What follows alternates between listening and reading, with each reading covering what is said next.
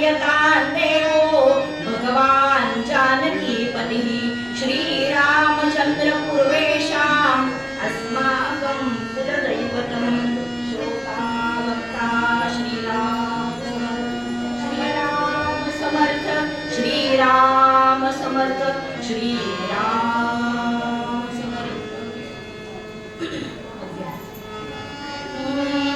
सुखस्य दुःखस्य नमोऽपि दाता परो ददातीति बुद्धिरेषः अहं करोमि वृथाभिमानः स्वकर्मसूत्र ग्रथितो हि राजाधिराज रामचंद्र भगवान की। सूत्र श्लोकामध्ये असे वर्णन केले की सुखस्य दुःखस्य नकोऽपि दाता परो ददाति बुद्धिरेषः।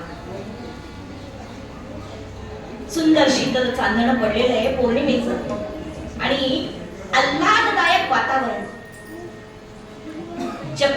चक्रवाकीच्या विरहानं व्याकुळ झालेलं आहे असं प्रसन्न वातावरण आणि शांत मंद असा पवन वाहतोय आणि भगीरथीच्या तीरावरती एका भव्य शिलाखंडावर दोन दिव्य पुरुष बसलेले। यातला एक आहे श्यामवर्णीय आणि एक आहे गौरवर्णीय। समोर हिरव्यागार तृणशय्येवर एक सुंदर स्त्री पहुडलेली आहे आणि आकाशात त्या चांदण्यांचा आस्वाद घेते। आणि अशा वेळेला या दोन्ही भावांमधला जो धाकटा आहे ना तो आपल्या मोठ्या भावाला म्हणाला, दादा दादा तीच एक चांडाळीने आणि जिच्यामुळे आपण आज 14 वर्षाचा वनवास भोगतोय तीच एक दुष्ट आहे। आपल्या सगळ्या परिस्थितीला तीच एक कारणीभूत आहे। एवढं ऐकलं मात्र आणि त्याच दिशेने आपल्या भावाच्या तोंडावरती हात ठेवला आणि म्हणाले, नको नको रे लक्ष्मणा, अरे त्या मातेला का उगाच दोष देतोस? खरं सांगू का, सुख अथवा दुःख देणारा दुसरा तिसरा कोणी नसतोच। दुसऱ्यामुळे आपल्याला सुख प्राप्ती होते किंवा दुःख प्राप्ती होते ही कल्पनाच मुळात चुकीची आहे। प्रत्येकाला सुख अथवा दुःख हे आपल्या स्वतःच्या पूर्व सुकृतानुसार प्राप्त होत असतं आणि प्रत्येकाला ते भोगावंच लागतं, टाळता येत नाही। आता हे दोन दिव्य पुरुष कोण आपल्या लक्षात आलं असेल? 14 वर्ष वनवासामध्ये काळ व्यतीत करणारे आमचे मर्यादा पुरुषोत्तम प्रभू रामचंद्र आणि धाकटा भाऊ म्हणजे लक्ष्मण। आपल्या भावाला उपदेश करताना रामगीता ग्रंथामध्ये प्रभू असं म्हणतात की सुख अथवा दुःख देणारा दुसरा तिसरा कोणी नसतोच म्हणी प्रत्येकाला ते आपापल्या पूर्व सुकृतानुसार प्राप्त होतं आणि ते भोगावंच लागतं, टाळता येत नाही। आणि पुढे म्हणताय की अहं करोमि वृथाभिमानः, ही गोष्ट मी केली, माझ्यामुळे झाली, माझ्यामुळे हे झालं, माझ्यामुळे ते झालं, असा जो मी जो अहंकार आहे ना तो अहंकार माणसाच्या सर्वनाशासाठी कारणीभूत आहे असं साक्षात प्रभू रामचंद्र सांगून गेले। आणि त्याच आधारे आपल्याला जो आपण मूळ श्लोक आपण निरूपणाला घेतलेला आहे तो समर्थ रामदास स्वामींचा मनोबोधातला श्लोक आहे। आता नारदीय कीर्तनाची परंपरा अशी आहे की ज्यांचा मूळ अभंग घेतलाय त्यांचं थोडक्यात वर्णन करायचं असतं।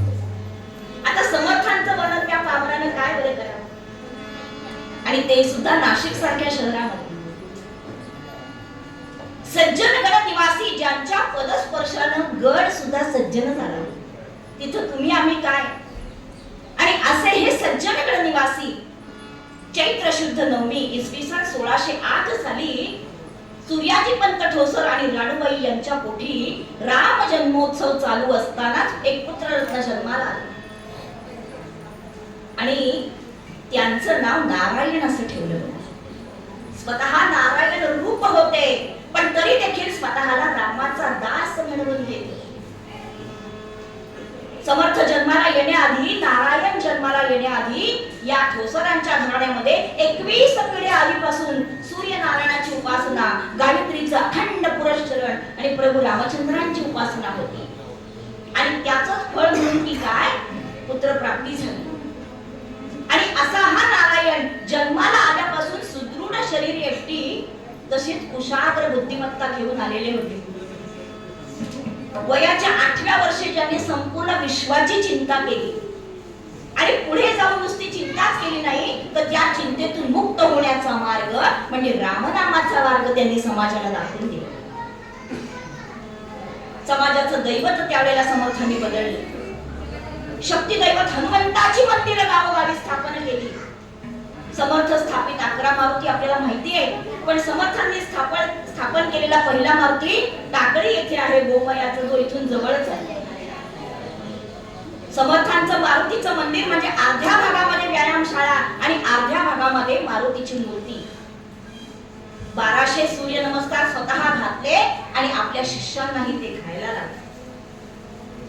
असे आमचे समर्थ रामदास स्वामी, ज्यांचं वर्णन करताना एक श्लोक जर म्हटलं नाही तर त्यांचं वर्णन अपूर्ण आहे. शुका सारिखे पूर्ण वैराग्य ज्याचे, वशिष्ठा परी ज्ञान योगेश्वराचे, कवी वाल्मिका सारिखा मान्याचा, नमस्कार माझा सद्गुरु रामदासा. जय जय रघुवीर समर्थ. शुकाचार्यांसारखं ज्यांचं वैराग्य, वशिष्ठांसारखं ज्यांचं ज्ञान आहे. वशिष्ठ कोण हो, तर प्रभू रामचंद्रांचे गुरु. समर्थांचे गुरु प्रभू रामचंद्र आणि रामचंद्रांचे गुरु वशिष्ठ, म्हणजे गुरूंच्या गुरूंसारखं ज्यांचं ज्ञान आहे. वाल्मिकींसारखं ज्यांचं रसाळ कवित्व आहे. आणि अशा या समर्थांना सर्वप्रथम आपण नमस्कार करायचा आहे, कारण त्यांनी लिहिलेल्या मनोबोधातल्या श्लोकावरच आज आपण थोडंसं निरूपण करणार आहोत. समर्थांनी या श्लोकामध्ये काय सांगितलंय पहा. जेणे मक्षिका बक्षिणी जाणीवेची, जेणे मक्षिका बक्षिणी जाणीवेची, तया भोजनाची रुची प्राप्तेसी.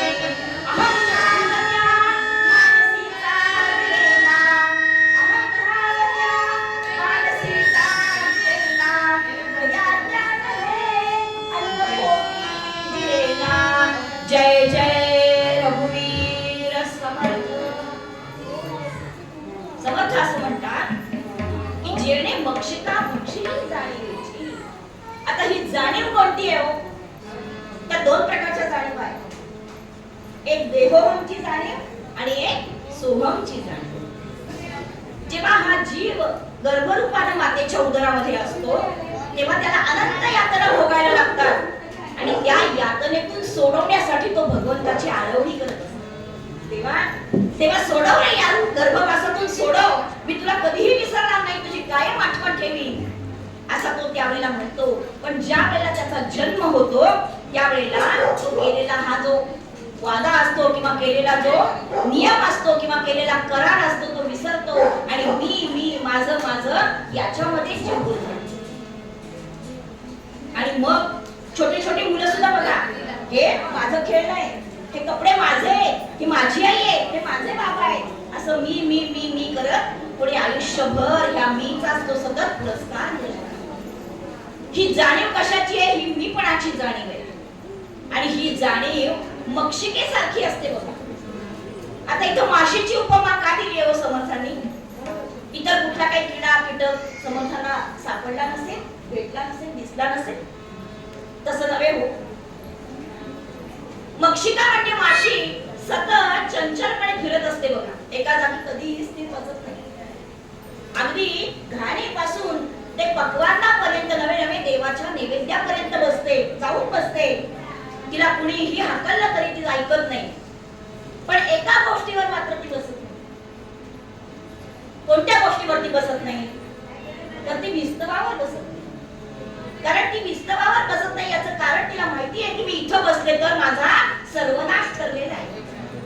त्याप्रमाणे आपलं मन असतं, हे मन सुद्धा त्या मक्षिकेसारखं चंचल आहे, म्हणून मनाला सुद्धा माशीची उपमा दिली. मनस्तु मक्षिका एव. हे मन सुद्धा सगळीकडे भरकटत असतं. आता जरी आपण कीर्तनात बसलेलो असलो तरी आपलं मन तिथे असेलच असं नाही, सगळीकडे भरकटत असतं. ते सुद्धा सगळीकडे फिरून येतं, पण एका ठिकाणी मात्र जात नाही. कुठे जात नाही? तर भगवंताच्या चरणाशी जात. कारण तिथे गेल्यानंतर त्याला माहिती आहे की तिथे गेल्यानंतर भगवंताशी विलीन होणं आणि स्वत्व संपूर्ण जाणं याच्यातच सर्वस्व आहे. पण तिथे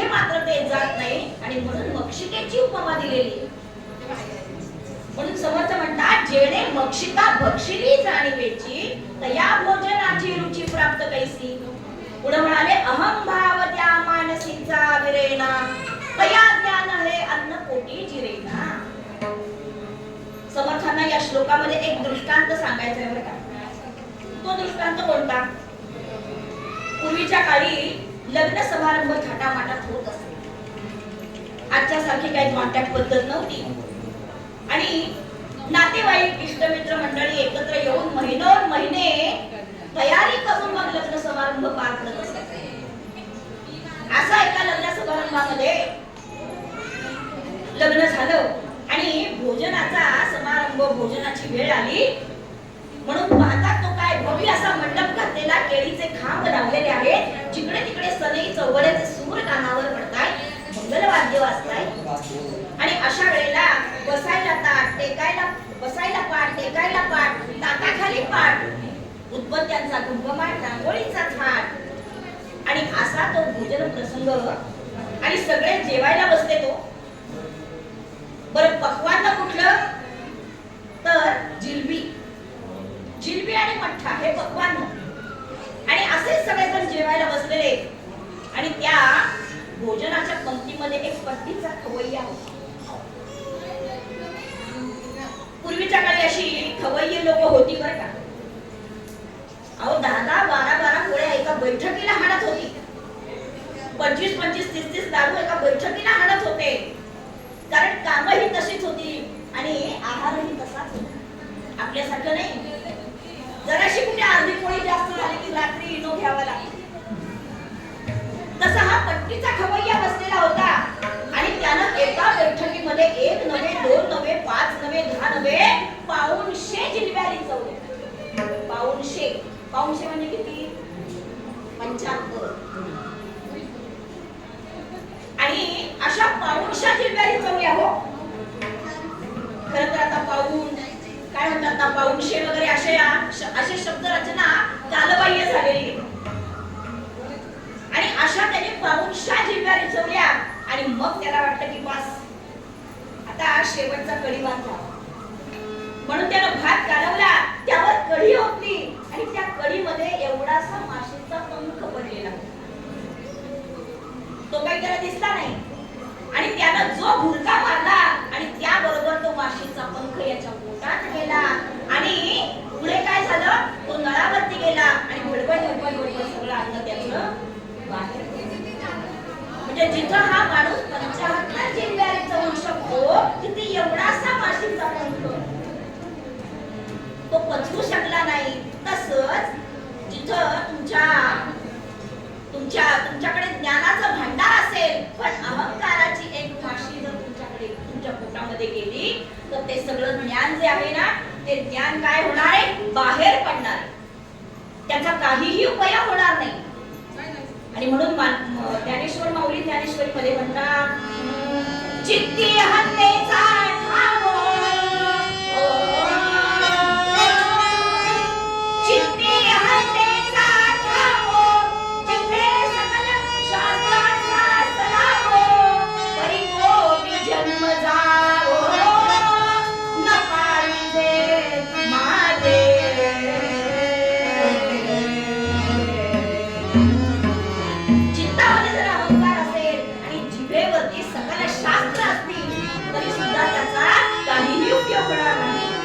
जन्म गेले तरी तुम्हाला मुक्ती मिळणार नाही, भगवंताची प्राप्ती होणार.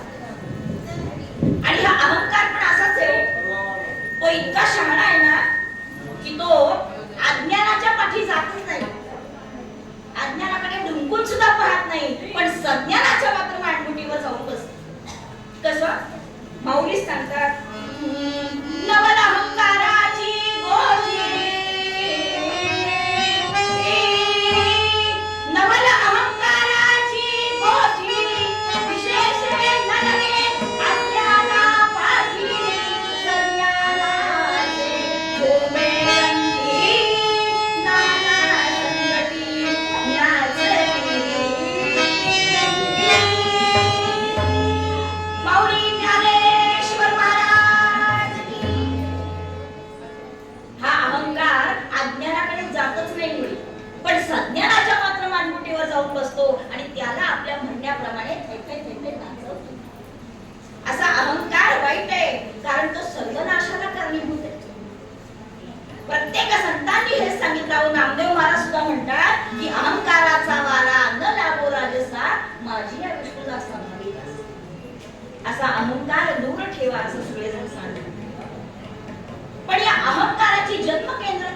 आहे.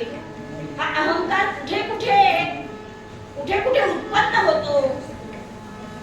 तर श्लोककार असं सांगतात, कुलम वित्तं श्रुतं दृष्टं शौर्यं दानं तपस्तथा प्राणानेन मनुष्याणां सत्कैतेन मलेतमः.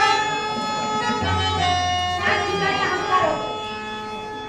कवी मुक्तेश्वर मराठीमधून एका श्लोकात वर्णन करतात, कुलशील अंगीचे बल विद्या वयसा लावण्य अमल ऐश्वर्यात मदांचे बळ श्रीमद केवळ द्रौपदी.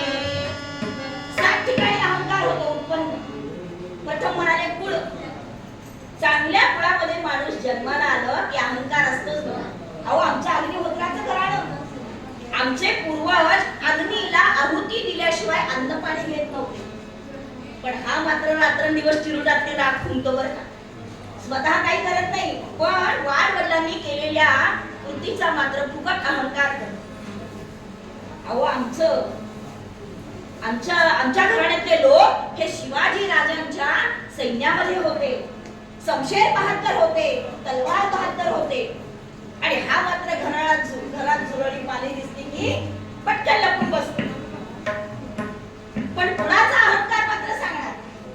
अहो आमच्या घराण्यामध्ये काय दानशूर लोक होऊन गेली. अनेक मठ मंदिरं बांधली, नद्यांवरती घाट बांधले, धर्मशाळा बांधल्या, अन्नदान केलं. पण हा मात्र उलट्या हाताने कावळा सुद्धा हाकलत नाही, कारण 3-4 शीत त्या कावळ्याला मिळतील म्हणून. स्वतः काही कर्तृत्व करायचं नाही, पण केलेल्या पूर्वजांनी केलेल्या कर्तृत्वाचा म्हणजेच कुळाचा अहंकार बाळगायचा.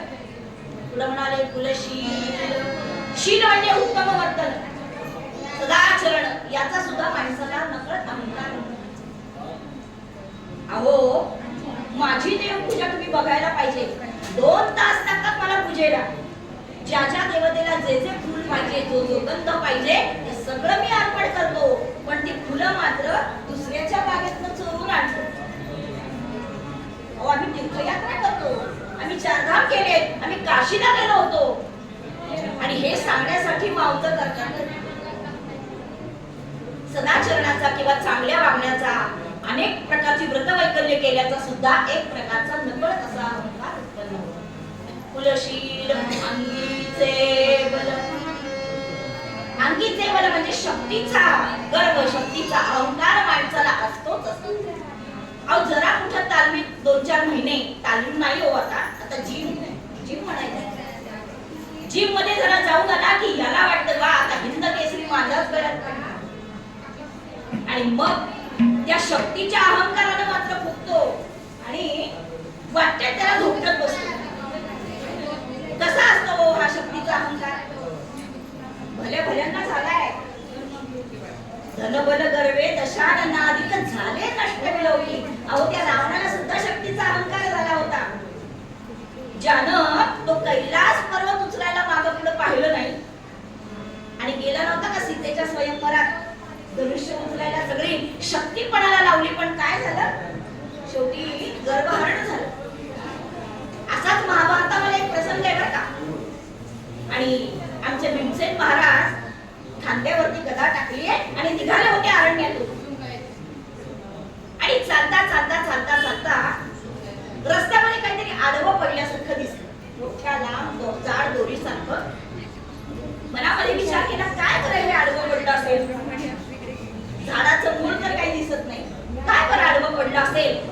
आणि म्हणून असं त्या दोरीकडे बघता बघता बघता बघता ती कुठून आली तिथं बघितलं आणि त्या झाडाखाली एक वानरराज बसलेले होते. वृद्ध असे वानरराज गलित गात्र झालेले झाडाला टेकून बसलेले होते. आता गपचूप जावं ना, ते शेपटी होती त्यांची ती ओलांडून. पण अहंकार माणसाला स्वस्थ बसू देत नाही. आणि गेले त्या वानराकडे आणि म्हणाले, ए वानरा घे तुझी शेपटी बाजूला, मला पलीकडे जायचंय. वानराने डोळे किंचित केले आणि म्हणाले, तुला पलीकडे जायचंय ना, मग जा शेपटी ओलांडून. छे, तुझी शेपटी कशाला मी ओलांडून जाऊ, मग बाजूला करून जा. तुझ्या घाणेरड्या शेपटीला मी हात लावू? भीमसेन म्हणाले, ते म्हणाले, बघ बाबा, आता ती शेपटी जवळ घेण्या इतपत पण माझ्या अंगात ताकद नाहीये. मग असं कर, तुझ्या खांद्यावर जी गदा आहे ना, त्या गदेने माझी शेपटी बाजूला कर. ते वानर भीमाला सांगते बरं का. आता भीमाची गदा, जिनं हजारो रक्त पाहिलेले, हजारोंचं रक्त पाहिलेले, अनेकांची मस्तक तोडलेली आहे, आणि म्हणाला त्या घाणेरड्या शेपटीला माझी गदा लावू, आणि त्या शेपटीने जर तुझी गदा, त्या गदेने जर तुझी शेपटी तुटली तर काय करू. वानर म्हणाला नाहीतरी ती माझ्या काही कामाचीच नाहीये, उगीच मला ओझं झालंय, तुटली तर तुटली म्हणाले, घे तुझी शेपटी, तुझ्या गदेने माझी शेपटी बाजूला काय करू. आणि होय नाही करता करता करता भीमसेन महाराजांनी आपली गदा त्या शेपटीच्या खाली घातली, आणि काय झालं हो मंडळी, नवनाग सहस्त्रबळी असणारे भीम पण घामाचं थारोळं झालं, आणि सगळी शक्ती पणाला लावली, पण ती शेपटी काही जागची हल्ली नाही. आणि मग लक्षात आलं, सगळा अहंकार कळला की हे प्रकरण काही साधं दिसत नाही. आणि म्हणून हात जोडले आणि त्या वानराकडे गेले. तेव्हा कोण होते मनोजवं मारुततुल्यवेगं जितेन्द्रियं बुद्धिमतां वरिष्ठं वातात्मजं वानरयूथमुख्यं श्रीरामदूतं शरणं प्रपद्ये महारुद्र हनुमान की. असा शक्तीचा गर्व, कुलशील अंगीचे बल, पुढं म्हणाले विद्या. ज्या ठिकाणी ज्ञान असेल त्या ठिकाणी अहंकार हा असतोच. वास्तविक विद्या विनयेन शोभते असं आहे, पण माणूस जितका अधिक ज्ञानी तितका तो अधिक गर्विष्ठ असतो. पुढे म्हणाले कुलशील अंगीचे बल विद्या वयसा. वय जास्त असतं की पण माणसाला अहंकार असतो. अरे हे करण्याआधी माझा सल्ला घ्यायला पाहिजे होतास. तुझ्यापेक्षा मी 4 पावसाळे जास्त पाहिले, किंवा हे केस काही उन्हाळा पांढरे झालेत का रे, माझा सल्ला घ्यायचा होता. ही जी वाक्य आपण ऐकतो ही अहंकाराचीच द्योतके.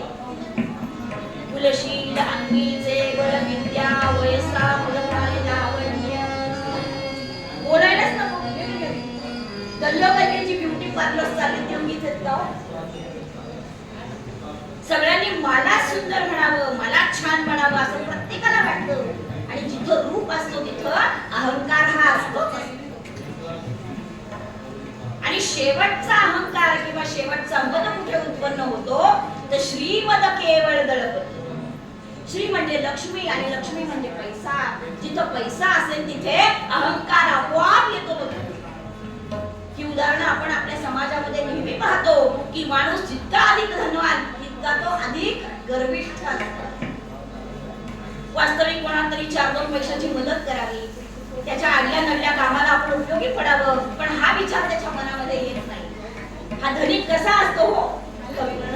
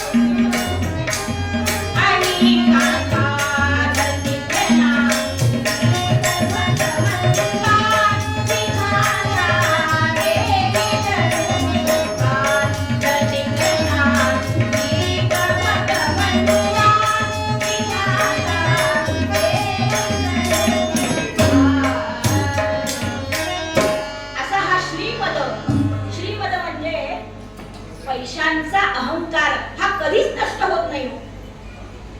एक वेळेला मनात जर माणसाने जर मनात आणलं तर बाकीचे अहंकार हे आपल्याला प्रयत्नाने कमी करता येतात, पण श्रीमद मात्र सर्वनाशाशिवाय होत. म्हणून श्लोककार असं म्हणतात, क्षणमात्रं गृहावेशो याम मात्र सुरामदः लक्ष्मी मदस्तु मूर्खानां आदेहात् अनुवर्तते. सद्गुरुनाथ महाराज की. श्लोककार असं सांगतात की क्षणमात्रं गृहावेशो, सुंदर असं घर बांधले, नवीन वास्तू आणली आणि त्या वास्तू शांतीचा किंवा गृहप्रवेशाचा कार्यक्रम ठेवला. आता लाखोंच्या घरात नाही हो, कोटींच्या घरात घरांच्या किमती आहेत. आणि असं सुंदर घर बांधलंय, सुंदर फर्निचर केले आणि सगळ्यांनी यावं, आपलं घर बघावं, आपलं कौतुक करावं. अरे लहान वयात केवढी मोठं कर्तृत्व केलंय असं वाटतं. आणि सगळेजण येतात, सगळं घर बघतात, कौतुक करतात. आणि ज्या वेळेला झालेला खर्च आणि आलेला आहेर याची जेव्हा तो मोजणी करतो त्यावेळेला त्याचा गृहप्रवेशाचा आनंद नष्ट होतो. क्षणमात्रं गृहावेशो याम मात्र सुरामदः. ज्यांच्या शरीरात ही कार्य करते सुरा, त्यांना असं वाटतं की मी म्हणजे काय स्वर्गातच आहे, पण जेव्हा उतरते तेव्हा असं लक्षात येतं की गटारी लोळत पडलेले असतात. जोपर्यंत शरीरात काम करते तोपर्यंत अहंकार असतो. अहो असंच एका राजाची दसऱ्याची मिरवणूक चाललेली होती. सीमोल्लंघनासाठी राजा निघालेला होता. सजवलेला हत्ती, सुवर्णालंकार बघा, सजवलेला हत्ती निघालाय आणि त्या अंबारीमध्ये राजा बसलाय. समोर त्याचे सगळे सैनिक आहेत आणि सगळे प्रजाजन बाजूला होऊन त्या राजाची मिरवणूक पाहतायत. आणि एवढ्यात एक सरकार मान्य झालेला रस्त्याची माप मोजतच चाललाय बरं. आणि असा तो समोर आला आणि त्या राजाला म्हणतोय, ओ हत्ती विकायचंय का? हत्ती केवढ्याला देणार? मी घेतो विकत, असा तो म्हणतोय बरं का. आणि एवढ्यात प्रधानजी पुढे झाले आणि त्यांनी त्या माणसाला बाजूला घेतलं आणि त्याची रवानगी त्या कारागृहामध्ये केली, जेलमध्ये केली. झालं, मिरवणूक व्यवस्थित पार पडली. आणि प्रधानाने विचार केला की काल रात्री हत्ती घेणारा, विकत घेणारा कोण आहे तो बघावा. म्हणून ते गेले कारागृहामध्ये आणि तोपर्यंत याची उतरलेली होती. आणि प्रधानजी विचारतात, काय रे, हत्ती विकत घेणार होतास राजेसाहेबांचा, सांगू का किंमत सांगू? नाही म्हणाले, महाराज काल विकत घेणारा दुसरा कोणीतरी होता, आज मी दुसरा कोणीतरी आहे. की जोपर्यंत शरीरात कार्य करते तोपर्यंत अहंकार असतो, पण ती उतरल्यानंतर अहंकारही उतरतो. पण लक्ष्मी मदस्तु मूर्खानां आदेहात् अनुवर्तते. हा लक्ष्मीचा मद म्हणजे ह्या पैशाचा अहंकार मात्र सर्वनाश केल्याशिवाय राहत नाही. म्हणून हा अहंकार दूर ठेवा. हा अहंकार माणसाच्या सर्वनाशासाठी कारणीभूत होईल. आणि म्हणून आपल्या पूर्वरंग पदामध्ये आपल्याला पूर्वरंग पदामध्ये आपल्याला समर्थ सांगतात की हा अहंकार, या अहंकाराची माशी जर तुमच्या शरीरामध्ये गेली तर तुमचं ज्ञान रूपातनं बाहेर पडल्याशिवाय राहणार नाही. म्हणून तुम्ही काय करायचंय, अहंकाराला दूर ठेवायचे. हा अहंकार जेवढा तुम्ही दूर ठेवाल तेवढा तुम्ही भगवंतापर्यंत लवकर पोहोचाल. आपल्याला या मनुष्य देहामध्ये येण्यासाठीची अनेक कारणं आहेत ना, त्यापैकी एक महत्त्वाचं कारण म्हणजे अहंकार आहे. अहंता गुणे मागुता जन्म घेसी असं समजतो. या अहंकारामुळे तुला वारंवार पुनरपि जननम पुनरपि मरणम पुनरपि जननी जठरे शयनम असा तुला प्रवास करावा लागतो. आणि या लहान गाड्यामध्ये अडकण्याचं एक प्रमुख कारण म्हणजे हा अहंकार. म्हणून हा अहंकार दूर ठेवा असं समर्थ आपल्याला आपल्या मूळ श्लोकामध्ये सांगताना म्हणतात. सारे गम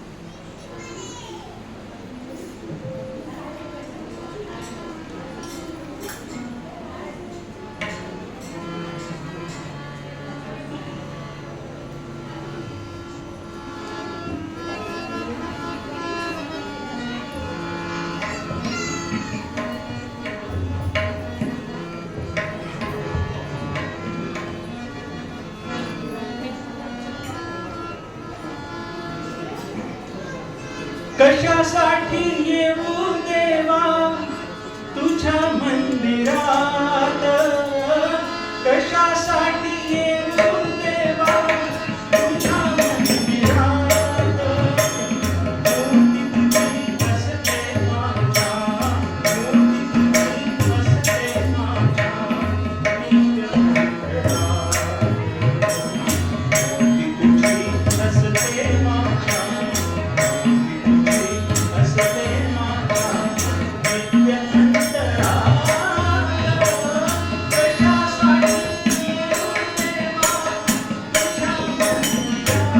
येऊ देवा तुझ्या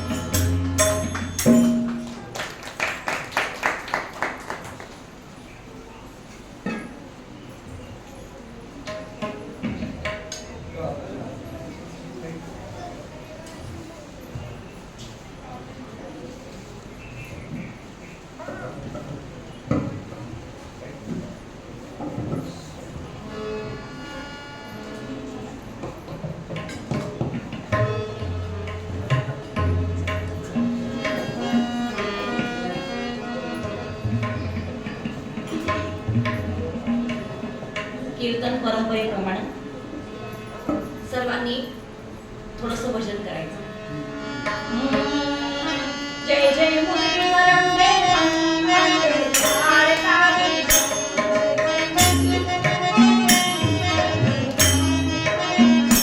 जय जय मुरलीधर अंबे वंदे भारताची.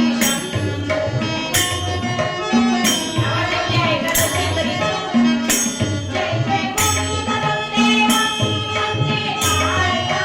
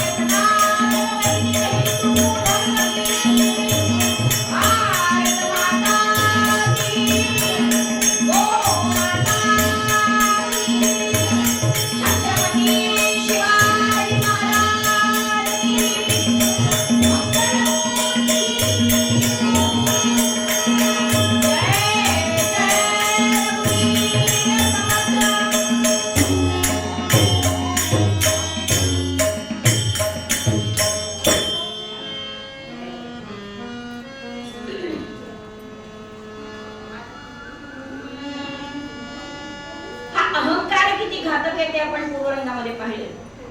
पण जेव्हा देवांच्या भक्तांनाच अहंकार येतो तेव्हा तो अहंकार दूर करण्यासाठी म्हणून भगवंत येतात. दृष्टांत दाखल एक चरित्र भाग आपण थोडक्यात पाहणार. हा चरित्र भाग अतिशय दुर्मिळ आहे बरं का. म्हणजे या चरित्र भागामध्ये रामायण आणि महाभारत या दोन्हींचाही संगम. तर त्यासाठी आपल्याला रामेश्वरला जायचं. अर्जुन महाराज म्हणजे पांडवांपैकी जो अर्जुन आहे तो अर्जुन तीर्थयात्रा करत करत करत करत रामेश्वरापर्यंत येऊन पोहोचला. तीर्थ घुमत घुमत आले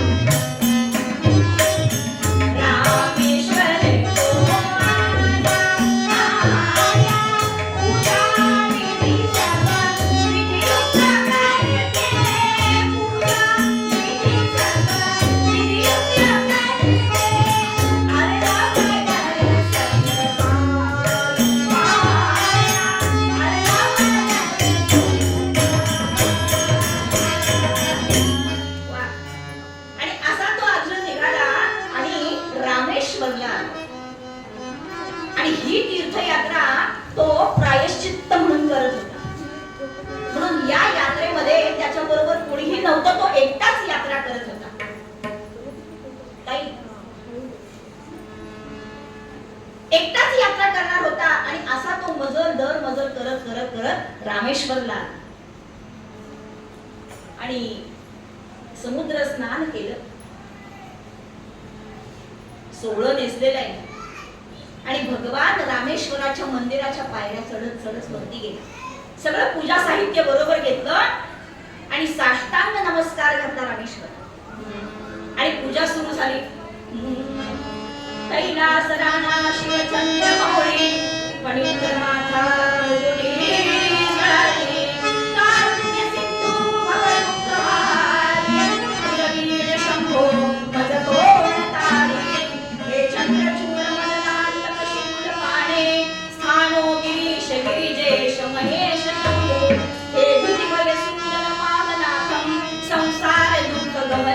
जगदीश रक्षम ध्याये नित्यं महेशं रजतनीवं चारुचन्द्रावतंसं रत्नाकल्पोज्ज्वलांगं परशुमृगवरां वीतिहस्तं प्रसन्नं पद्मासीनं समन्तार स्तुवरममरकणैर्याभिमुख्यं वसानं विश्वाद्यं विश्ववन्द्यं निखिलभयहरं पञ्चवक्त्रं त्रिनेत्रं नमः पार्वतीपतये.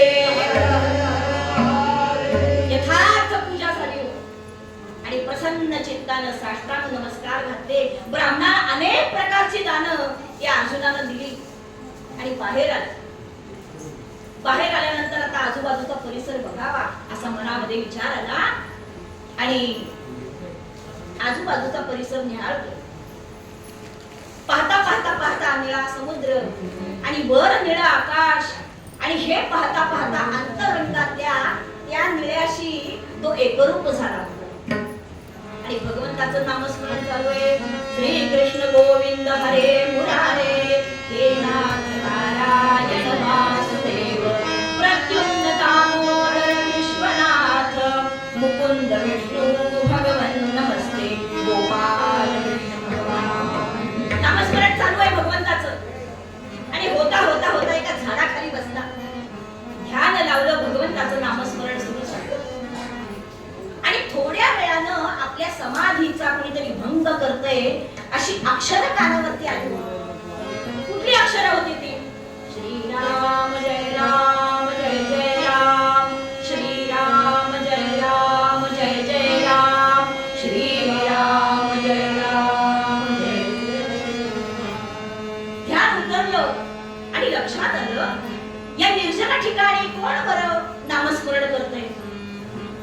आणि स्वस्थ काही बसू देईना, मन काही स्वस्थ बसेना, कोण नामस्मरण करते याचा शोध घेण्यासाठी म्हणून अर्जुन निघाला. आवाजाच्या दिशेने निघाला आणि होता होता होता पुढे आल्यानंतर त्याच्या असं लक्षात आलं की आवाज जो येतोय तो वरच्या दिशेने येतोय. म्हणून त्याने वर पाहिलं, तो एका झाडावरती एका वयोवृद्ध कपिराजांची स्वारी असलेली आणि ते आपल्या नामस्मरणामध्ये दंग होते. काय नामस्मरण करत होते? राम नाम भज निरंगी दंग कपिला, राम नाम भज निरंगी, राम नाम भज निरंगी दंग कपिला, राम नाम भज निरंगी दंग कपिला.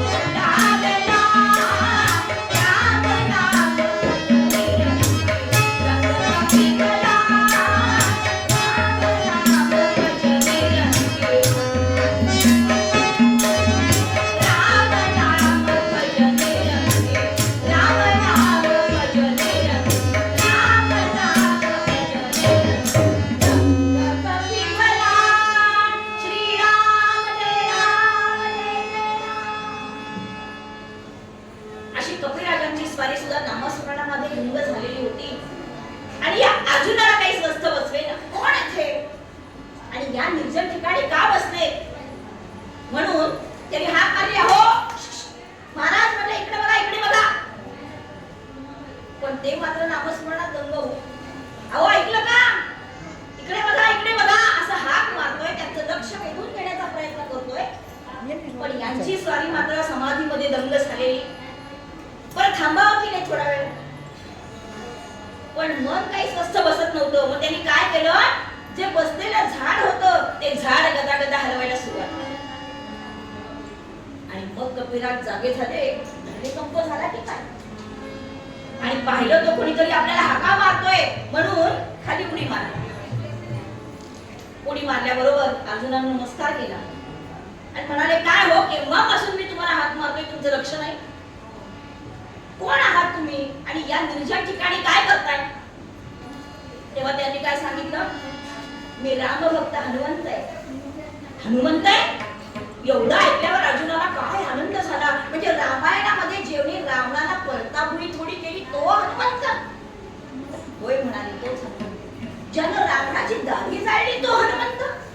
होय म्हणाला, मी तोच हनुमंत. आणि हे ऐकल्यावर अर्जुनाला आनंद झाला आणि त्यांनी नमस्कार केला आणि म्हणाले, का हो, मग तुम्ही या निर्जन ठिकाणी काय करतात? आणि हनुमंत सांगू लागले, स्वधामासी जाता महाराज राजा, हनुमंत तो ठेविला याच काळा, सदा सर्वदा रामदासा विसावे, खरे गाजिला ध्यान सोडो निधावे, जय जय रघुवीर समर्थ. माझे महाराज, माझे प्रभू अवतार समाप्तीच्या वेळेला मला इथेच ठेवून गेलेले आणि रामदासांचं रक्षण आणि दुष्टांचा नाश करण्यासाठी म्हणून मला ठेवून गेले. आणि ते याही जन्मामध्ये, याही अवतारामध्ये मला दर्शन देणार आहेत आणि त्यासाठी मी इथे बसले. हनुमंत, रामायण, रावणाची दाढी जाळणारा हनुमंत वगैरे अशा सगळ्या गोष्टीमध्ये अर्जुन गुरफटून गेला. आणि आता हे हनुमंत विचारतात त्याला, का रे बाबा, माझी सगळी माहिती विचारलीस, पण तू कोण, तुझं नाव काय, जरा सांगशील का? आणि अर्जुन नाव सांगू लागला, बघा, ऐकून या नरके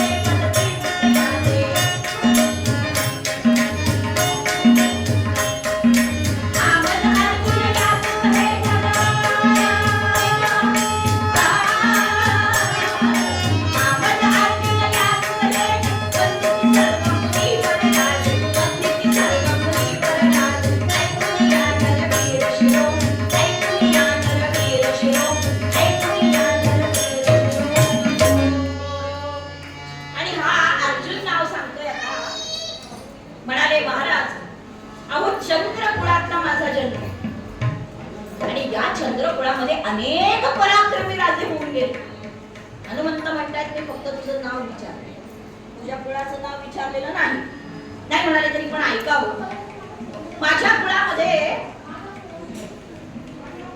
भीष्म होऊन गेले, शंतनू होऊन गेले आणि असे सगळे पराक्रमी महान पराक्रमी राजे होऊन गेले आणि माझ्या पित्याचं नाव पंडू असं आहे.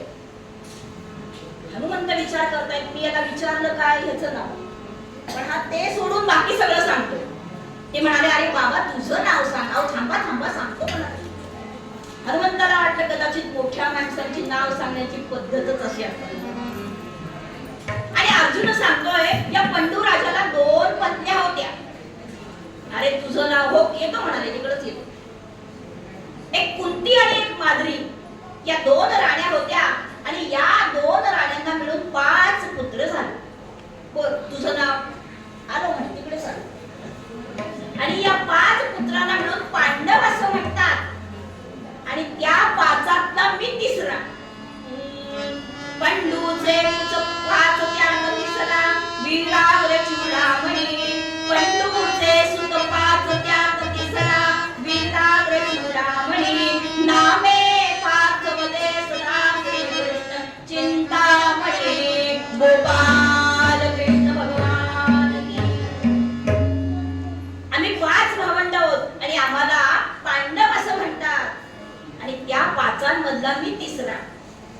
मला अर्जुन पार्थ असं म्हणतात आणि श्रीकृष्ण भगवंताचा भक्त होण्याचं नवे परम सखा होण्याचं भाग्य मला लाभलंय बरं का. असा अर्जुन आपली स्वतःची ओळख सांगतोय. माणसाच्या बोलण्यावरूनच लक्षात येतं की त्याच्या मनामध्ये अहंकार उत्पन्न झाला. हनुमंताच्या लक्षात आलं आणि असं झाल्यानंतर थोडंफार इकडचं तिकडचं बोलणं झालं आणि अर्जुनानं तो जो रामेश्वरावरती जो सेतू होता त्या सेतूकडे नजर टाकली, हात गेला आणि म्हणाले काय हो हा जो सेतू बांधलाय दगडाचा तो कोणी बांधलाय? पार्थवदे हनुमंता. पार्थवदे हनुमंता दगडाचा सेतू कोणी बांधिला. ठाऊक असले तुझला जरी तरी ते सर्व कथन करी मजला. काय म्हणाले हा दगडाचा सेतू कोणी बांधलाय? ठाऊक आहे का तुम्हाला? मला सांगा. आता वास्तविक हा सेतू कोणी बांधला याच्याहून काय काय झालं हे काय अर्जुनाला माहित नव्हतं का? सगळं माहिती होतं, पण मनामध्ये जर अहंकार उत्पन्न झाला तर तो माणसाला स्वस्थ बसू देत नाही. आणि असं विचारल्यानंतर हनुमंताच्या डोळ्यातून घळ घळ घळ घळ अश्रू व्हायला लागले. त्या प्रसंगाची हनुमंतांना आठवण झाली हो. आणि हनुमंत सद्गदित स्वरात म्हणतात दशरथ सुत श्रीराम प्रभू. सुत श्रीराम प्रभू भक्त प्रिय जानकी श्रीराम. तेनेच सेतू बंधन केले जो पूर्वी मन काम. अरे अर्जुना, अरे पार्था, हा सेतू की नाही माझ्या प्रभूंनी बांधलाय बरं का. सीतामाई शोधासाठी म्हणून मी निघालो आणि जेव्हा सीतामाई लंकेमध्ये आहेत असं कळल्यानंतर त्या लंकेपर्यंत जाण्यासाठी माझ्या प्रभूंनी हा सेतू बांधलाय बरं का. आता इथपर्यंत सगळं ठीक होतं. आता इथं अर्जुनाने गप्प बसावं की नाही सगळ्या गोष्टींची उत्तर मिळाल्यावर. पण गप्प बसेल तो अर्जुन कसला? मग अर्जुन म्हणाला ठीक आहे माझा प्रश्न जरा वेगळा आहे बरं का. हनुमंता तो लक्षात घ्या म्हणाले. काय म्हणतो पार्थ? काय म्हणतो? पार्थ विचारतो की हा तुमचा राम तर क्षत्रिय नंदन होता. पार्थ बोले गर्व वचन राम होता क्षत्रिय नंदन. ते सोडोया बाण कान सेतू बांधिला.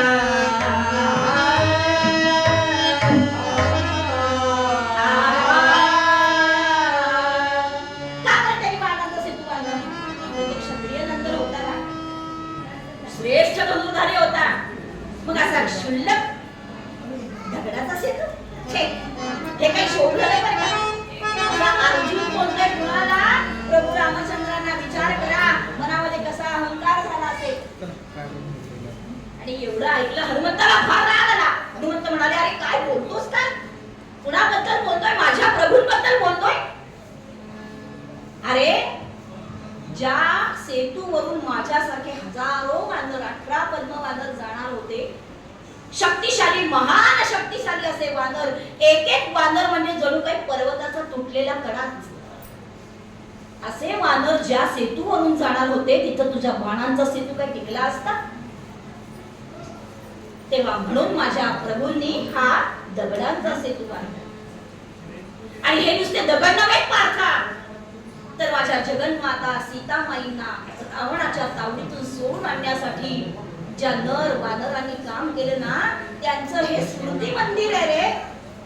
हे नुसते दगड नव्हे पार्था, कौंतेया, हे माझ्या प्रभूंच्या चरणाशी वाहिलेली अंतःकरण आहेत रे. घळ घळ घळ घळ अश्रू वाहतायत हनुमंताच्या डोळ्यातून. का माझ्या प्रभूंना तू असं नाव ठेवतोस?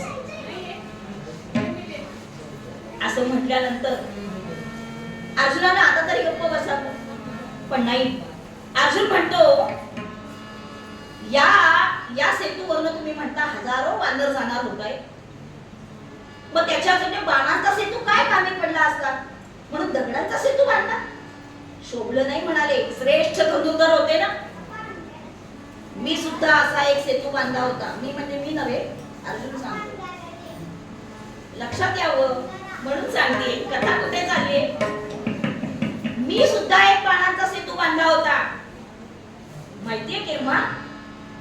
ज्या वेळेला माझ्या आईला म्हणजे कुंती मातेला इंद्राच्या ऐरावतावर बसण्याची इच्छा झाली गजगौरी व्रताच्या वेळेला, त्यावेळेला मी पृथ्वीपासून स्वर्गापर्यंत, बरं का, इंद्राच्या नगरीपर्यंत सेतू बांधला. किती अंतर आहे हो? मोजता येईल का? नाही येणार. एवढा लांब सेतू मी बांधला. आणि त्याच्यावरून माझा भाऊ भीम, नवनाग सहस्त्रबळी, शक्तिशाली पराक्रमी असा माझा भाऊ दांड दांड दांड दांड पावलं टाकीत स्वर्गात गेला. आणि इंद्राचा ऐरावत आपल्या गदेवर घातला. त्याची मुटकुळी वळली आणि तो गदेवर घातला आणि त्याच्या सकट दांड दांड दांड दांड दांड पावलं टाकत खाली आला. पण मी बांधलेला तो सेतू किंवा तो जिना तासूभर सुद्धा हल्ला नाही म्हणालो. पण तुमचे वानर तर काय टनाटन उड्या मारीत गेले असते, असं अर्जुन बोलतोय बरं का. हनुमंताला आता काय काय याच्या पुढे बोलावं. गाढवा पुढे वाचली गीता, असं झालं होतं. अर्जुन काही केलं ऐकायलाच तयार नाही. इतका अहंकार झालेला होता. हनुमंत म्हणतात, हे बघ, तू माझ्या रामांना नावं ठेवतोस, ही गोष्ट काही मला आवडलेली नाही. अरे आता माझ्यासारखे, माझ्यापेक्षा सुद्धा जे बलवान होते, शक्तिशाली होते, असे सगळे वानर कालौघात नष्ट झाले. मीच एक काय तो जखड म्हातारा उरलोय. पण माझ्या पुढे सुद्धा तू बांधलेला सेतू टिकणार नाही, मी सांगतो तुला. अर्जुन म्हणाला असं. मग लावा पैज म्हणाला. लावा पैज की मी सेतू बांधतो आणि तुम्ही तो मोडून दाखवा. अर्जुन म्हणाले, पैज बीज मी लावत नाही. हनुमंत म्हणाले, मी पैज लावणार नाही, तू सेतू बांध. पुढे जे काही होईल ते रामाच्या हातात. अर्जुन काही ऐकायला तयार नाही. अर्जुन म्हणतो पैज लावावं, त्याशिवाय काय मजा नाही म्हणा. आता हनुमंत म्हणतात, मी काय पैज लावणार नाही. अर्जुन म्हणतात, मी पैज लावल्याशिवाय पूल बांधणार नाही. शेवटी अर्जुनानंच पुढाकार घेतला. अर्जुन म्हणाला, मीच अशी प्रतिज्ञा करतो की मी बांधलेला सेतू जर तुम्ही मोडला, म्हणजे अर्जुनानं बांधलेला सेतू जर हनुमंताने मोडला, तर अर्जुन अग्निकाष्ठ भक्षण करीन, देहत्याग करीन, अशी प्रतिज्ञा केली हो त्याने. म्हणजे अहंकाराच्या मध्ये माणूस काय बोलतो याची त्याला स्वतःला शुद्ध राहत नाही आणि सर्वनाशासाठी तो कारणीभूत होतो. हनुमंत म्हणतायत, काय बाबा काय बोलतोयस, विचार करून बोलतोयस ना, बघ हा, नाहीतर पुढे गळ्याशी. नाही हो, मी सांगितलं म्हणजे सांगितलं. काळ्या दगडावरची पांढरी रेघ. मी बांधलेला सेतू तुम्ही मोडूच शकत नाही. मी तर म्हणतो मोडून काय, नुसता हलवून तरी दाखवा म्हणाले. एवढी खात्री याला. बरं आता मी पैज लावली, तुम्ही काय पैज लावता बोला. हनुमंत म्हणाले, हे बघ, मी काय मरणाची प्रतिज्ञा करू शकत नाही, कारण मी चिरंजीव आहे हो, मी मरूच शकत नाही. मग मी काय काय लावू, काय पण लावू? हनुमंताला काही सुचेना आणि हनुमंत म्हणतात, म्या जरी सेतू न मोडीना, म्या जरी सेतू न मोडीना, ध्वजस्तंभी तुझ्या बैसेन, जन्मभरी सेवा करीना, श्रीरामचंद्र चरणी आणली. राजाधिराज रामचंद्र भगवान की जय. म्हणाले, हे बघ, मी काय मरणावेळेचे पैसे लावणार नाही, पण मी जर तुझा सेतू मोडला नाही तर तुझ्या रथावरती तुझा जो ध्वजस्तंभ आहे ना, त्या ध्वजस्तंभाजवळ मी बसून तुझं रक्षण करीन, एवढी मात्र मी पैसे लावू शकतो. अर्जुन म्हणाला ठीक आहे. आणि मग काय म्हणाले, बांध तू सेतू, बघूयात पुढे जे काही होईल ते माझ्या प्रभूंच्या हातामध्ये.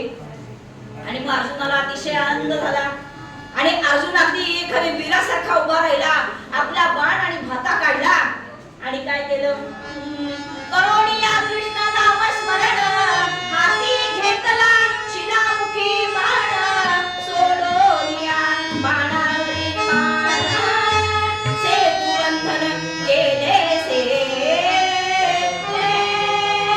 गोपाल कृष्ण भगवान की.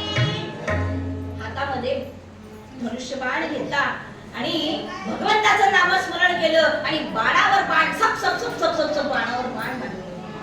आणि क्षणार्धात डोळ्याचं पातळ लवतोय ना लवतोय तोच त्या दगडाच्या सेतूच्या शेजारी बाणांचा सेतू तयार झाला. तितक्याच लांबीचा, तितक्याच जाडीचा, तितक्याच रुंदीचा. जणू दोघांचा इंजिनियर एकच, फक्त मटेरियल वेगळं. असा तो सेतू तयार झाला हो. आणि हनुमंताने सुद्धा आश्चर्याने तोंडात बोट घातलं. वा वा वा अर्जुना, भले शाबास म्हणाले, भले शाबास. अरे काय कला आहे तुझ्याकडे, काय धनुर्विद्या आहे, खरंच जिंकलंच बाबा तुम्हाला. मी प्रसन्न झालो. ते म्हणाले ते सगळं राहू द्या, पहिल्यांदा हा मोडून दाखवा म्हणाले. मी माझं कौशल्य दाखवले, आता तुम्ही तुझं कौशल्य दाखवा म्हणाले. हनुमंत म्हणाले ठीक आहे, जशी तुझी इच्छा म्हणाली. मला वाटतं जरा तरी माघार घेशील. नाही नाही, माघार घेतो अजून कसला हो. आणि म्हणून मग मारुतीरायाने काय केलं, जय जय रघुवीर म्हणोनी, जय जय रघुवीर म्हणोनी, केले उड्डाण भुवरी वळला, अनयाल विकट काजी होतात चूल, मार्ग गडबडला. प्रभूंचं नाव घेतलं आणि जय जय रघुवीर समर्थ म्हणून जे उड्डाण केलं ते असंच अर्जुन बघतच राहिला. ब्रह्मांडा पैल गेले हो. आणि वाढता वाढता वाढे भेदिले शून्य म्हणतात किंवा अणुपासून ब्रह्मांडा एवढा होत असे असं विराट रूप धारण केलं. आणि जे आले ते दांडेशीने सेवेवरती पडले. काय झालं हे बघायला मी तिथे नव्हते, पण आपल्याला या आख्यानामध्ये सांगून ठेवले. काय झालं, होता ते चूर्ण पीठ झालं हो त्याचं. एक काय अर्धा चक्कोर बाण सुद्धा दाखवायला म्हणून शिल्लक राहिला, जणू काही गिरणीतनं आणलेलं. आणि अर्जुन जो असा बसला, चेहरा अगदी फोटो काढण्यासारखा. त्यावेळेला मोबाईल नव्हते म्हणून बरं, नाहीतर तो अर्जुनाचा फोटो सगळीकडे व्हॉट्सअपवर फिरला असता. असा अर्जुनाचा चेहरा पांढरा फटक झाला. आणि हनुमंत उठले, अंग झटकलं आणि आले अर्जुनाजवळ. ओ म्हणाले, महाराज वीर धनुर्धर, कुठे हो तुमचा सेतू, जरा दिसतोय का मला दाखवा. काही नामो निशाण, काही एखादा चक्कोर अर्धा बाण शिल्लक आहे का मला दाखवा. अर्जुन फार फार हतबल झाला होता, खजील झाला होता आणि सगळं गर्वहरण झालेलं. आणि मग केलेल्या सगळ्या कामाची त्यांना त्याला पश्चाताप झाला होता, पण आता काय काय उपयोग? कारण रागाच्या भरात किंवा अहंकाराच्या भरात प्रतिज्ञा करून तो मोकळा झाला होता. आणि आता मोठे लोक जे असतात ना, जे बोलतात ते करतात, म्हणून ते मोठे होतात. तसं अर्जुनाला आता लक्षात आलं की आता यांनी सेतू मोडलाय, म्हणजे आपल्याला अग्निकाष्ठ बसून करायचे. आणि अर्जुनाने काय केलं? लाकडं जमवायला सुरुवात केली. चिता पेटवायची आहे ना, मारुती राय जाऊन बसते झाडावर. आणि इथे मारुती रायांना सुद्धा थोडासा अहंकार झाला की या वयात मी सुद्धा हे काम सहज करू शकलो, म्हणजे अजून माझी ताकद शाबूत आहे, असा थोडासा अहंकार मारुती रायांना सुद्धा झाला. आणि अर्जुन लाकडं गोळा करायला निघाला. हनुमंत सांगतायत बरं का तरी सुद्धा, अरे या क्षुल्लक कारणासाठी तू तुझी प्रतिज्ञा पाळलीच पाहिजे असं काही नाही. फक्त यातून काहीतरी धडा घे, यातून काहीतरी बोध घे आणि पुन्हा असं वागू नकोस, म्हणजे झालं. पण अर्जुन काही ऐकायला तयार नाही आणि अर्जुन लाकडं गोळायला सुरुवात केली. अर्जुन इंधन जमवित असता नेते वाहे पाणी.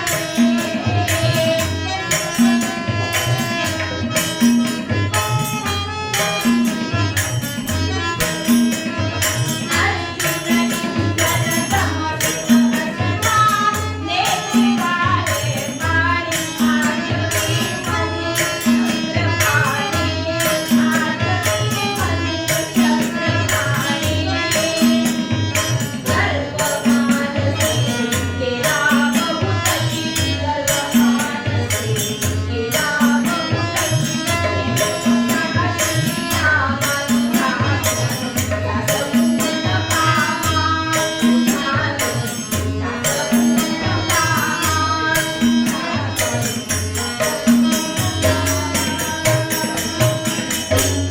आणि असा अर्जुन लाकडं गोळा करायला लागला होता.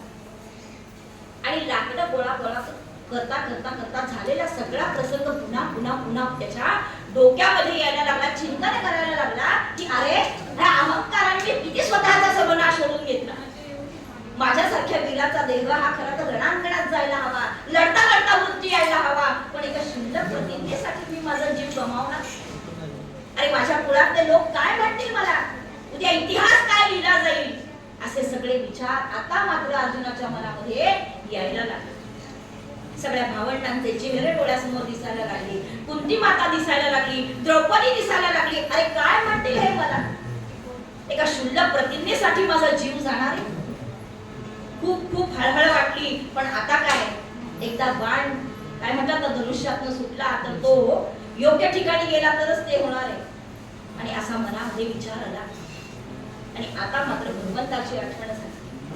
म्हणाले देवा, आता या प्रसंगी बाकी कोणाचंही दर्शन मला होणार नाही, कोणाचीही भेट मला होणार नाही.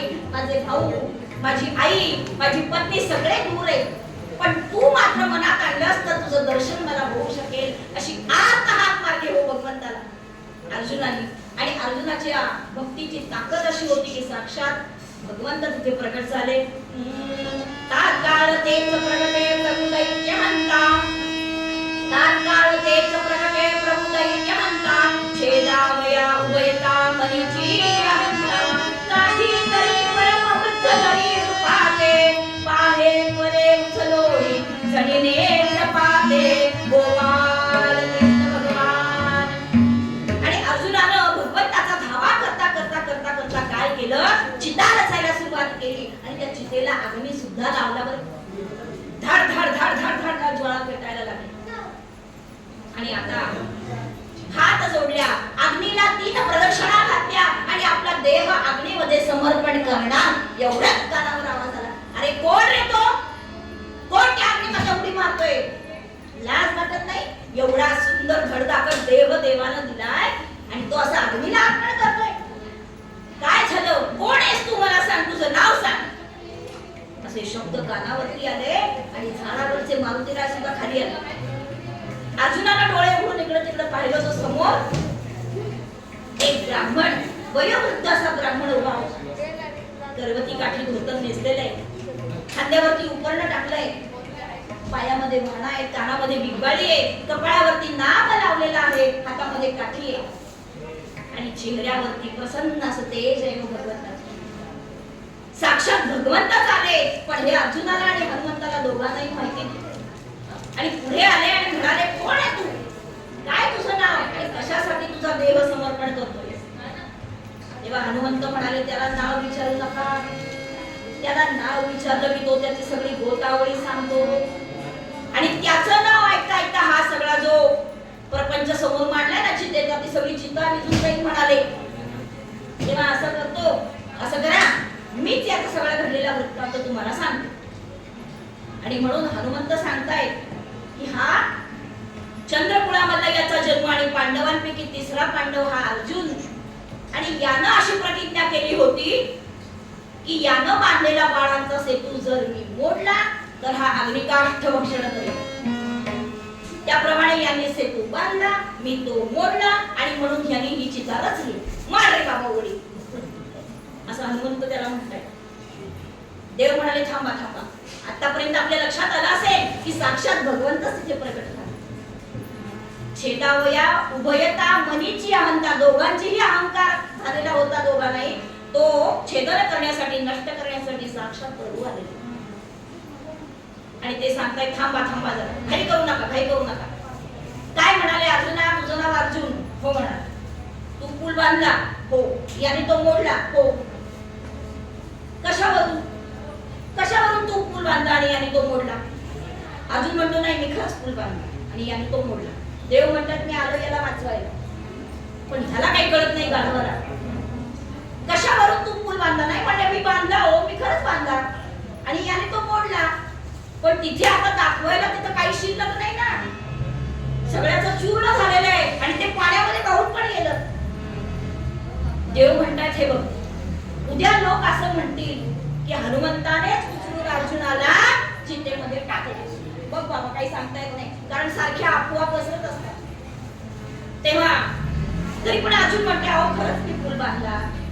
मग ठीक आहे म्हणाले, अजून एकदा बांध, माझ्या साक्षीनं तू अजून एकदा पूल बांधला, कारण मी साक्षीदार म्हणून उभा राहतो. तू पूल बांधला, याने पूल मोडला, याला कोणी साक्षीदार आहे का? नाही म्हणाले, कोणी साक्षीदार नाही. मग मी साक्षीदार उभा राहतो आणि म्हणून तेव्हापासून साक्षीदार द्यायची पद्धत सुरू झाली आहे. साक्षीदाराशिवाय कुठली गोष्ट अपील होत नाही. भगवंत म्हणाले, आता मी साक्षीदार. बोलिला जगन्निवास साक्षी कोणी नसे, बोलिला जगन्निवास साक्षी कोणी नसे.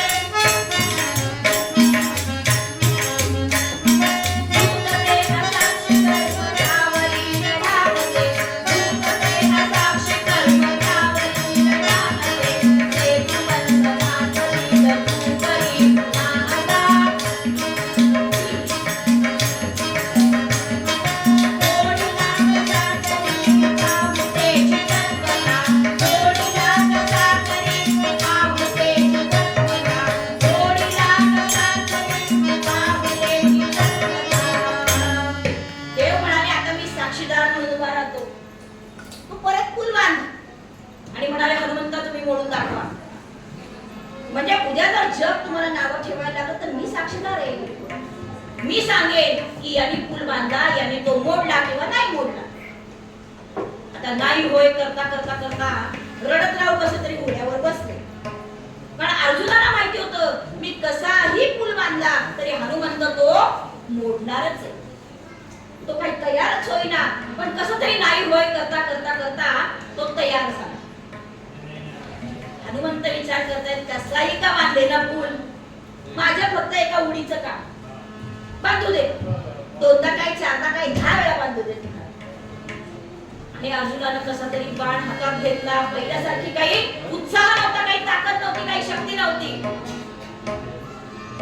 आणि सेतू बाण सोडले आणि सेतू बंधन केलं. पण तो सेतू काही पहिल्यासारखा अखंड वाटत नव्हता. आणि तो सेतू पाहिल्याबरोबर हनुमंत म्हणतात, अरे ह्याला तर उडी मारायची पण गरज नाही, माझ्या एका फुंकरीचं काम आहे म्हणाले. त्याला उडी सुद्धा मारायची गरज नाही म्हणाले, नुसती फुंकार मारली तर हा तुटून जाईल. आणि कसा तरी तरी तो सेतू तयार झाला आणि त्या ब्राह्मणानं तो पाहिला. म्हणाले ठीक आहे, आता तुझं काम झालं, तू तिच्या जागेवर जाऊन बैस. हनुमंताला बोलावलं. म्हणाले हा सेतू तुम्ही मोडायचा आहे. जर तुम्ही मोडला तर हा अग्नी काष्ठभक्षण करील, अग्नी चालू आहे. पण जर नाही मोडला तर तुमची प्रतिज्ञा तुम्हाला पूर्ण करावी लागेल. हनुमंत म्हणाले ठीक आहे. आणि म्हणून हनुमंताने काय केलं? जय जय रघुवीर समजून गेले आकाशात. गेले ते तिकडच ब्रह्मांडा पहिलं गेले हो. आणि नंतर आले, विराट रूप धारण केलं आणि फार दिशेने त्या सेतूवर पडले. तोपर्यंत काय झालं? वर जाऊस तोपर्यंत या आमच्या ब्राह्मण रूपी देवानं काय केलं? मग काय करी मधुसूदन आड घाली सुदर्शन हनुमंतासी बोले वचन उडी घालणे आला गोपाल कृष्ण भगवान की. आणि असं वर गेल्यानंतर आमच्या या भगवंताने त्याच्या खाली सुदर्शन चक्र सोडलं आणि मारुतीरायाने दाट दिशेने उडी मारली, पण तो सेतू काही मोडला नाही आणि हनुमंतच एखाद्या फुटबॉल सारखे उसळून पाण्यात पडले. आणि अर्जुनाला डोळे गच्च मिटून घेत होते. त्याला माहिती होतं काय होणार आहे. पहिला पूल तरी जरा बरा होता, हा तर काय म्हणे कुंभरीचंच काम, याचं तर काय वाटोळच झालं असेल. म्हणून हनुमंत या मारुतीरायाने आपलं अर्जुनाने डोळे गच्च मिटले, मारुतीने डोळे गच्च मिटले होते. दोघांनी डोळे उघडून पाहिले तो काय? अर्जुनाला पाहिलं पूल जसाच्या तसा आहे आणि हनुमंताने पाहिलं पूल जसाच्या तसा आहे. आणि मग ते दोघे जण बाहेर आले आणि त्या ब्राह्मणाकडे लक्ष गेलं. आणि काय झालं? अर्जुनाला त्या ब्राह्मणामध्ये भगवान गोपाल कृष्णाचं दर्शन झालं. वसुदेव सुतं देवं कंसचाणूरमर्दनं देवकी परमानंदं कृष्णं वन्दे जगद्गुरुं गोपाल कृष्ण भगवान. आणि इकडे मारुतीरायाने त्या ब्राह्मणाकडे पाहिलं आणि प्रभू रामचंद्रांचं दर्शन झालं. श्री रामचंद्रा करुणा समुद्रा ध्यातो तुझी राजस योग मुद्रा नेत्री नयने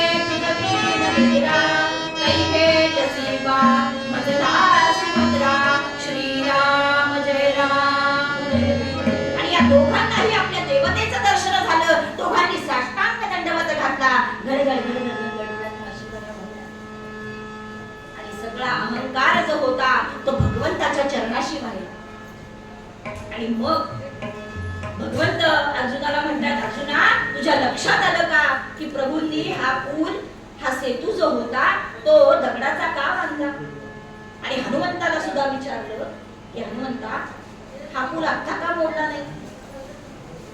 आणि मग दोघांच्या मनातला अहंकार गेला आणि मग भगवंत हनुमंताला सांगतायत की हरी आणि हर मिळून आपल्याला अर्जुनाकडनं पुढे एक महान कार्य करून घ्यायचे आणि त्यासाठी तुमचं त्याच्या रथावरच्या ध्वजस्तंभाशी असणं गरजेचं आहे. आणि म्हणून हा सगळा प्रसंग भगवंताने घडवून आणला लीला म्हणून. आणि हनुमंताने ते मान्य केलं आणि तेव्हापासून हनुमंताची स्वारी ही अर्जुनाच्या रथावर बसलेली आपल्याला दिसते. आपण त्या रथाचं चित्र पाहिलं असेल तर आपल्या असं लक्षात येईल की अर्जुन रथामध्ये बसलेला आहे, साक्षात भगवंत पुढे सारथ्य करतायत आणि त्या रथावरती ध्वजस्तंभाजवळ हनुमंताची स्वारी आपल्याला बसलेली दिसते. या रथाचं वर्णन करताना मोरोपंत या रथाकडे कसं पाहायचं ते सांगताना मोरोपंत एका आर्येत म्हणतात. ही सगळी आर्या म्हणजे या आख्यानाचं सार आहे बरं का, लक्षपूर्वक ऐका. करवसुपद वेविसजा करवसुपद वेविसजा वेणस्तन शोभती शिरे सागर उच्छे पाच दयाला उच्छे पाच दयाला स्मरता दे मुक्ती अल्प दिवसात